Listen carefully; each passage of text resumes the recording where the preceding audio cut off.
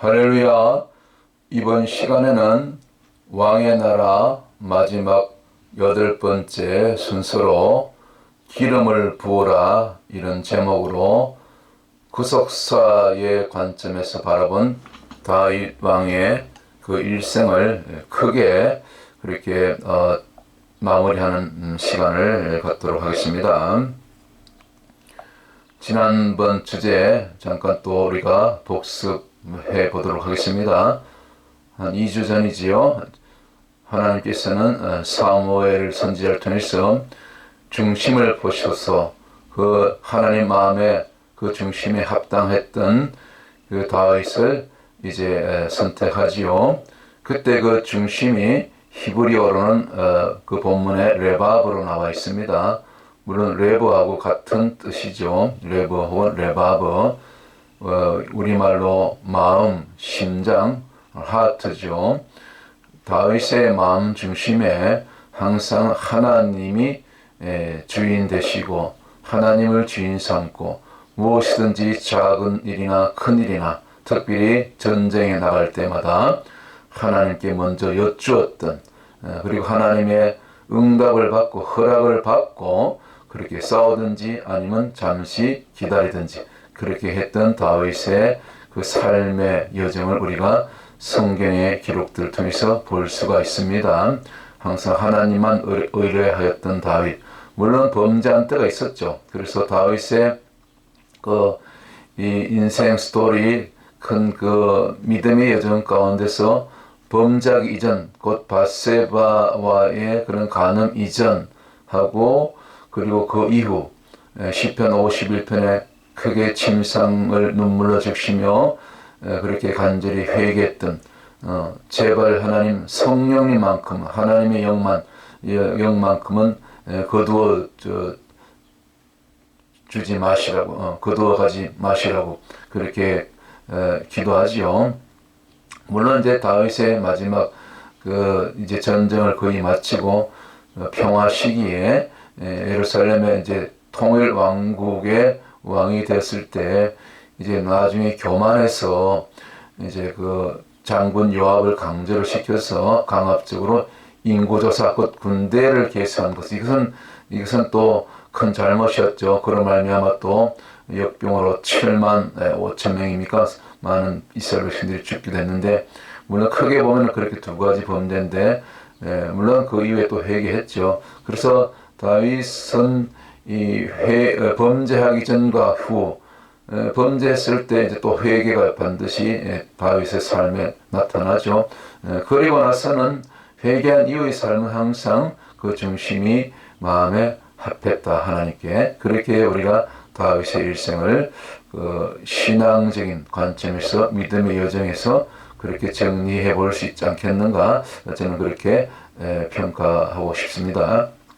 그래서 이 레바브 혹은 레버 이것이 이제 히브리어 알파벳 히브리어 단어로 볼 때는 그 뜻이 정확하다. 그래서 우리가 이제는 교회에서 평신도들에게도 꼭 신학대학원이 아니더라도 이 히브리어 알파벳 정도는 22글자를 가르치고 또 배우고 또 중요한 그런 히브리어 단어들 이와 같은 레버 같은 경우 우리가 또 공부할 필요가 있다고 봅니다. 저는 벌써 9년 전부터 저희가 이렇게 우리 성도들하고 훈련 받을 때 이 히브리어 알파벳뿐만 아니라 이 히브리어 헬라를 많이 가르쳤죠. 다 알아들으시더라고요. 제가 또 쉽게 요즘은 뭐 유튜브에 보면 그 직접 그 히브리 그 유대 랍비 그 뭐 메시아의 목사님이죠. 특별히 이제 이 히브리어 알파벳을 잘 정리해 놓은 그런 영상들이 있어서 그걸 보고 공부해서 저는 또 그렇게 제가 먼저 공부하고 가르쳤던 기억이 있습니다. 지금까지 레버 곧 앞에 이제 히브리어 글자는 오른쪽부터 왼쪽으로 읽습니다. 그래서 오른쪽에 글자가 뭡니까? 라메드죠. 라메스트는 이제 목자 혹은 지팡이죠. 지팡이인데 주님의 손에 들려진 지팡이, 목자의 손에 들려진 지팡이, 모세의 손에 들려졌던 지팡이, 양떼들, 백성들 인도하는 지팡이, 곧 주님의 권능을 상징하고 또 주님을 나타내는 글자입니다. 그래서 뒤에 오는 뱃은 우리의 그 집이거든요. 우리 마음의 집이 되겠죠. 그래서 우리 마음 중심에, 곧 마음은 성전에 항상 세상이 아니고 사단이 아니고 물질이 아니고 욕심이 아니고 명예가 아니고 무슨 박사가 아니고 박사학위가 아니고 뭐가 있어야 된다? 항상 주님으로 상징되는 이라메드가 딱 가운 우리 마음 중심에, 그러니까 그 중심이 맞죠. 중심을 보신다. 가장 우리 가운데 누가 있느냐, 무엇이 있느냐, 항상 무엇을 생각하고 무엇을 따르고, 그걸 하나님께서 정확하게 다 꿰뚫어 보시는 것이죠. 그래서 이 레버가 참 히브리어적인 이 개념으로 보면 참 정확해요. 말씀이요. 깊죠. 그래서 이 중심에 레버, 곧 이 레버의 이 우리 심장, 곧 이 하트의 중심에 누가 있어야 된다? 우리의 주인 대신, 교회의 머리가 되신 이 라메드, 우리 주님이 계셔야 된다. 다윗이 그랬다는 거죠. 범죄했을 때도 있었지만 또 회개했잖아요. 회개한 다음에 또 범죄하기 이전에 소년 시절에, 목동 시절에. 그래서 다윗이 이제 그 8번째 아들로서 이제 2세 아들인데 그렇게 택함을 받고 기름 부음을 받게 되죠. 지난 시간에 이제 그 왜 8째 아들인가, 물론 이것은 뭐 주석에도 없고 성경에도 자세한 설명이 없지만은 우리가 그 히브리적 사고, 곧 라비들이 바라보는 그 수비학이 있거든요. 수비학적인 관점, 게마트리아라고 하는데, 사실은 이 숫자도 하나님이 창조하셨고 성경 창세기부터 전부 하나님은 첫째, 둘째 날, 셋째 날 다 숫자를 가지고 특별한 날, 특별한 또 연도의 특별한 날짜에 하나님께서 특별한 달에 이렇게 일을 행하시는 것, 이것이 다 수의 관점에서 하나님은 수도 창조하셨기 때문에 우주 만물뿐만 아니라, 그래서 우리가 수백을 이렇게 적용하는 더 깊은 은혜가 지금까지 우리가 미처 생각하지 못했던 그런 은혜까지 우리가 받을 수 있지 않겠는가. 저는 그런 관점에서 저희 이제 그 광야에서의 또 교회 채널과 성경신학 말씀만 다루는 성경신학 두 채널에 이러한 말씀들을 계속해서 여러분들과 나누면서 영상으로 올려드리고 있는 것입니다. 그래서 지난번에 뭡니까? 사무엘상 16장에는 분명히 7째 아들이 다 지나가고 7째 아들까지 마지막 아직도 나타나지 않았던, 그때까지도 아무것도 모르고 들판에서 양떼를 치고 있던 마지막 말째 아들 이제 다윗을 불러오게 하죠. 그래서 사무엘서에서는 사무엘상 16장이죠. 다윗이 8째 아들로 나오는데 역대상 2장에 가면은 그 7째 아들이 없어요. 다윗이 7째 아들로 나오게 되죠. 그래서 제가 이상하다, 같은 성경인데 저자에 따라서 이렇게 다를 수가 있는가. 근데 이제 보통 역대상하는 에스라 학사, 에스라 선지자가 기록했다는 그런 유대 전성이 있습니다. 그래서 저자가 기록할 당시에는 아마 뭐 추측인데 이건 추정입니다. 7째 아들이 원래 있었는데 뭐 일찍이 소년 시절에 일찍이 이제 그 에스라가 이 다윗 일대를 길을 기록할 때쯤에서 7째 아들이 먼저 뭐 일찍 병이 들어서 죽었지 않겠는가. 그래서 그때 당시는 이제 다윗이 7째 아들 말째 아들이 돼서 7째 아들로 기록되지 않았는가. 뭐 저는 그렇게 개인적으로 본다고 보고 있다고 말씀을 드렸습니다. 뭐 그것이 중요한 것은 아닙니다. 자, 계속해서 오늘 이제 본문은 마지막 8번째 왕의 나라. 제가 처음에 이렇게 다윗의 일생을 사무엘상 15장 16장에서부터 시작해서 저 열왕기 2장이죠. 열왕기상. 그때 이제 다윗이 죽고 장사 지내게 되는데 뭐 다 다루려고 이렇게 계획을 했었지만 너무 분량이 많고, 그리고 크게 봤을 때 오늘 8번째 이 다윗이 기름 부음 받고 택함 받는 여기까지만 다루면 이것이 이제 인류 그 구속사회, 곧 메시아의 계보, 예수 그리스도의 계보의 중요한 하나의 전환점을 이루는 이 인물이었던 다윗, 곧 다윗의 자손으로 오시는 이시여, 우리를 불쌍히 여기서 했던 그 보험세에 나타났던 그 다윗의 자손, 다윗의 계보, 곧 왕으로 오시는 그 예수 그리스도를 우리가 증거할 때, 또 이렇게 이해할 때 이것이 좀 우리가 성경을 크게 통으로 습부로 구속사의 관점에서 바라보았을 때는 우리가 도움이 되지 않는가 싶어서 이렇게 한번 정리를 해보는 겁니다. 그래서 오늘 여기 8번째 이제 기름을 부어라 여기까지 정리하면은 여러분들이 다윗의 일생을 이렇게 구속사의 관점에서 예수 그리스도의 그 계보를 이루는 그런 다윗의 자손이란 그 메시지가 그 병든 자들의 그 외침이 정확하게 우리가 이제 영적으로 이해할 수가 있게 되는 거죠. 한번 읽어보겠습니다. 오늘 본문에 또 사무엘이 이새에게 이르되 내 아들들이 다 여기 있느냐? 이새가 이르되 아직 막내가 남았는데 그는 양을 지키나이다. 사무엘이 이새에게 이르되 사람을 보내 그를 데려오라. 그가 여기 오기까지는 지난번에 이런 설교도 했죠. 여기 오기까지는 그가 오기까지는 그 이새를 제사에 초청했죠. 그런 주제도 제가 몇 주 전에 다루었고요. 이것을 이제 구속사의 관점으로 바라보면 그렇게 하나하나 이렇게 우리가 설교 제목으로 주제로 다룰 수가 있게 되는 거죠.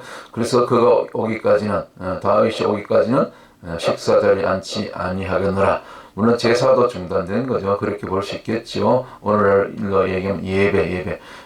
다윗은 예수 그리스도를 예표하니까 예배 가운데 예수님이 오셔야 되죠. 지금은 영어로 성령으로 이에 사람을 보내 그를 데려오매 그의 빛이 붉고 눈이 빼어나고 아주 뭐 다른 형제들도 다 괜찮은데 그 중에서 특별히 이 말때 다윗이 더욱 얼굴이 눈이 빼어나고 얼굴이 아름답더라. 뭐 얼굴 외모만 그럴 뿐만 아니라 그 마음의 중심이 레바브 여호와 하나님께 합했던 거죠. 하나님께. 그래서 여호와께서 이르시되 이는 이가 그니 하나님께서 택하셨던 그 아들 다윗 일어나 기름을 부어라 하시는지라. 할렐루야.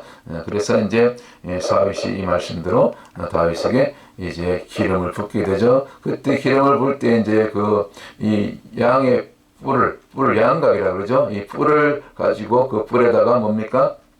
이제 그 기름을 채워서 보통 올리브 오일이죠. 감람유를 채워서 그렇게 이와 같이 하나님의 명령대로 사무엘 선지자가 이제 다윗을 이제 기름 부어 왕으로 이렇게 선택하는 장면. 뭐 역사적으로 다윗이 3번 기름 부음을 받았다고 제가 지난 시간에 말씀을 드렸어요. 자, 첫 번째 소년 다윗 왕으로 택함을 받는 말자들 다윗 첫 번째 기름 부음, 두 번째는 유다 족속의 남유다의 왕으로, 그 다음에 마지막 세 번째는 전체 이스라엘의 왕으로 그렇게 마지막 세 번째 이렇게 앞에서 보는 그림처럼 이 양의 뿔 양각에 기름을 채워서 이렇게 머리에 기름을 붓게 되는 장면. 이게 역사에 실제로 있었던 그런 장면이죠. 기록이죠. 그래서 예수님 시대도 보면은 예수님께서 물론 성령으로 이제 침례 요한을 통해서 요단강에서 첫 번째 이제 공생의 일을 시작하기 전에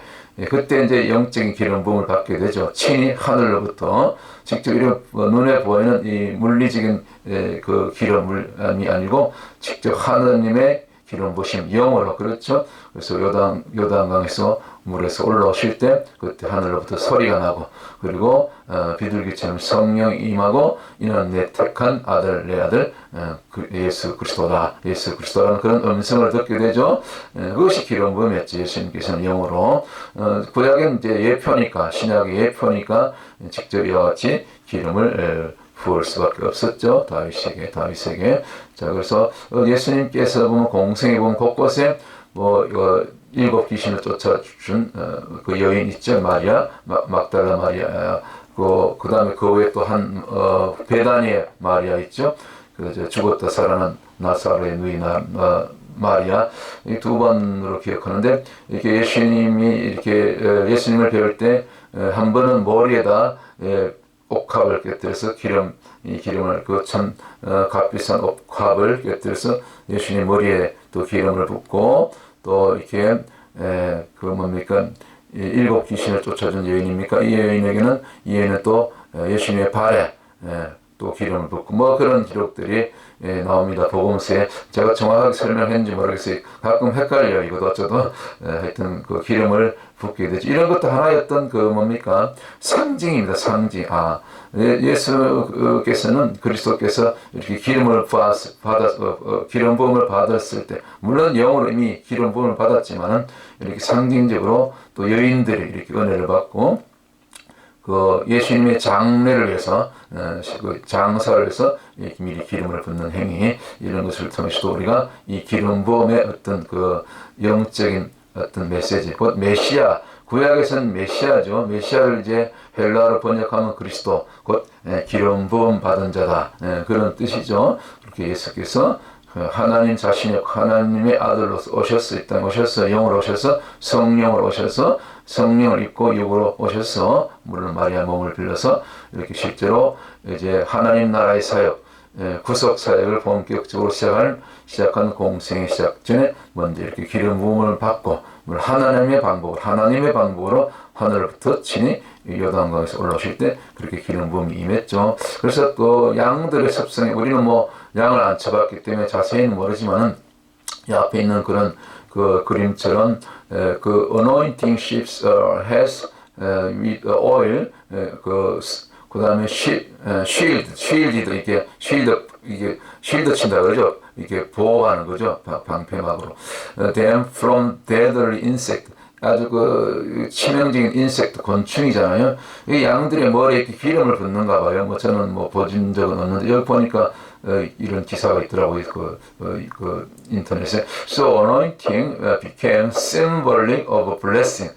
이거 이제 하나의 상징이라는 거죠. 우리 사람에게도 기름 부음을 받았다, 뭐 성령을 받았다. 이것이 축복이죠. 블레싱, 축복의 상징이고, symbolic of blessing, 그리고 protection, 보호죠. and empowerment, 이건 권능을 받는 거죠. 위로부터 능력을 받는 거죠. 그러니까 이제 이 양떼들이 있는데 이 들판에 목초지에 또 나쁜 해로운 그런 그 벌레라든가 곤충이 많기 때문에 이 머리에다 아마 그 기름을 바르나 봐요. 뭐 목동들이. 그러면 그 냄새라든가 그걸 통해서 이 벌레들이 또 이렇게 접근 안 하고 피하는 거죠. 그래서 양들을 구하는 그런 기름 부음, 영적으로 하나님의 축복을 상징한다. 그래서 이 기름 부음은 그런 어떤 그 뜻이 있는 거죠.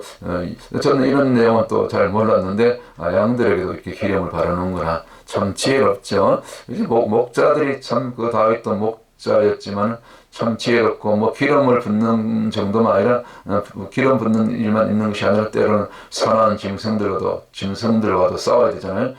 옛날에 또 짐승들이 많았죠. 심지어 뭐 늑대 뭐 이리 때는 기본이고 심지어 곰이라든가 뭐 심지어 사자를 만날 수도 있고 그래서 다윗에게 하나님께서 그런 특별한 지혜와 능력과 힘을 주신 것 같아요.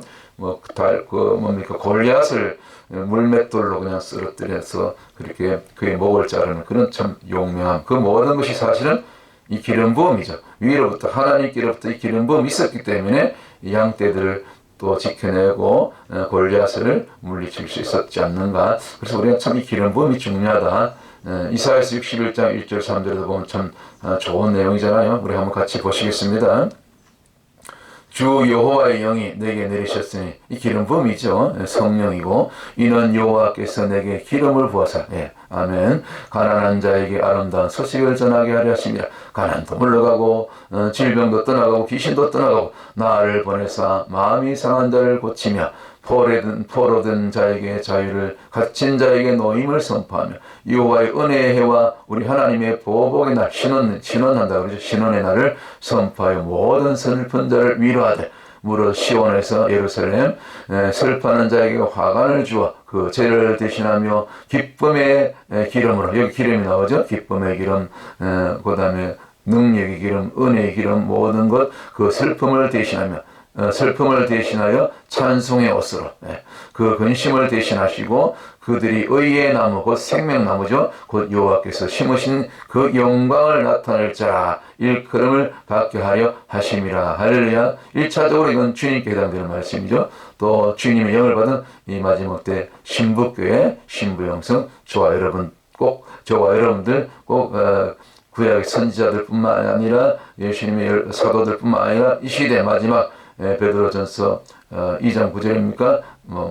마음 같은 제사장들 되는 저와 여러분들 모두가 이 말씀들이 이제 영으로 기름 부으심을 통해서 성령을 통해서 오늘 그대로 현재적인 그런 시제로 그렇게 이루어지게 될 줄로 믿습니다. 자, 이제 왕의 나라 제1편부터 이제 8편을 이제 오늘 마무리하는 시간인데, 결론적으로 다윗이 이제 이렇게 택함을 받고 그 중심이 하나님 아버지 마음에 합했고, 레버 그 중심에 누가 있었다? 라메드. 그렇죠?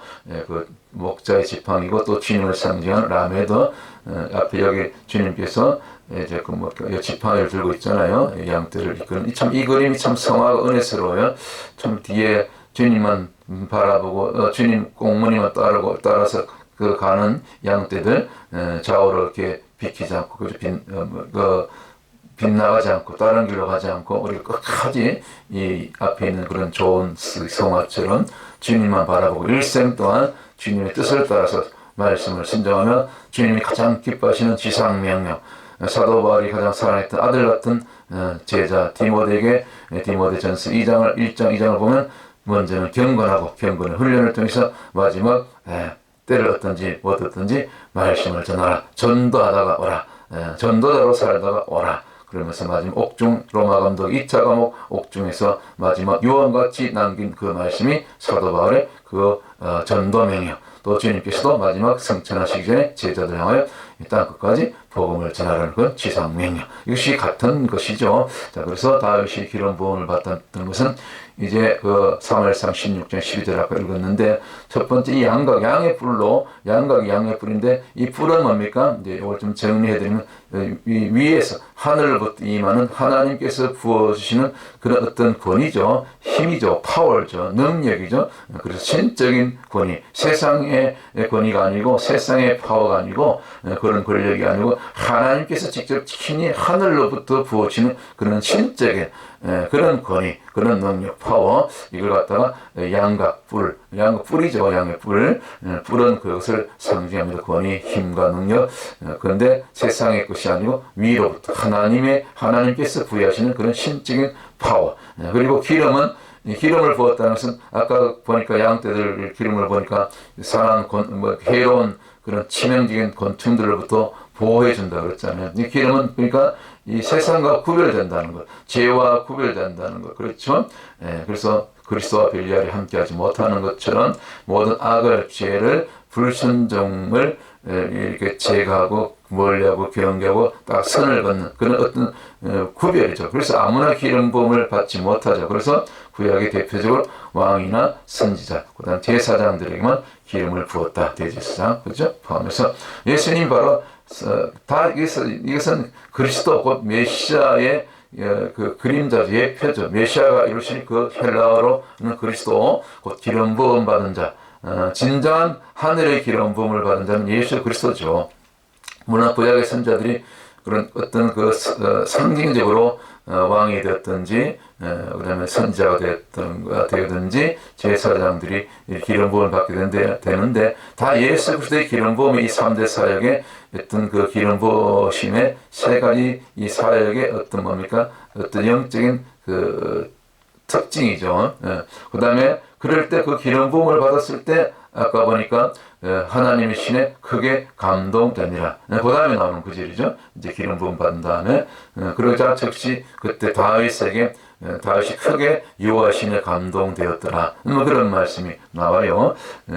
그래서 우리가 기름 부음 받을 때, 세상과 구별될 때, 말씀으로 날마다 우리가 나 자신을 쳐서 사도 바울처럼 내가 날마다 죽노라, 내가 죄인 중에 계시니라. 그래서 철저하게 회개로 그리고 성화로 거룩으로 그리고 하나님 뜻을 이루는 전도와 선교 명령에 우리가 순종해서 정말 주 6일이라도 나갈 수 있으면 나가고, 적어도 일주일에 하루 이틀은 우리가 전도하는데 시간을 내야 됩니다. 일주일에 2시간도 시간을 못 내면 그 게으르고 악한 거지요. 사실은 좀 엄격하게 그렇게 좀 말씀을 드리면, 그래서 아무리 세상에 바쁘고 먹고 살기 바쁘고 뭐 비즈니스 직장이 있더라도 여러분들 하루 세끼 밥은 드시잖아요. 그렇죠? 호흡하고. 근데 여러분들이 시간을 내셔야 돼요. 따로 시간을 내셔야 돼요.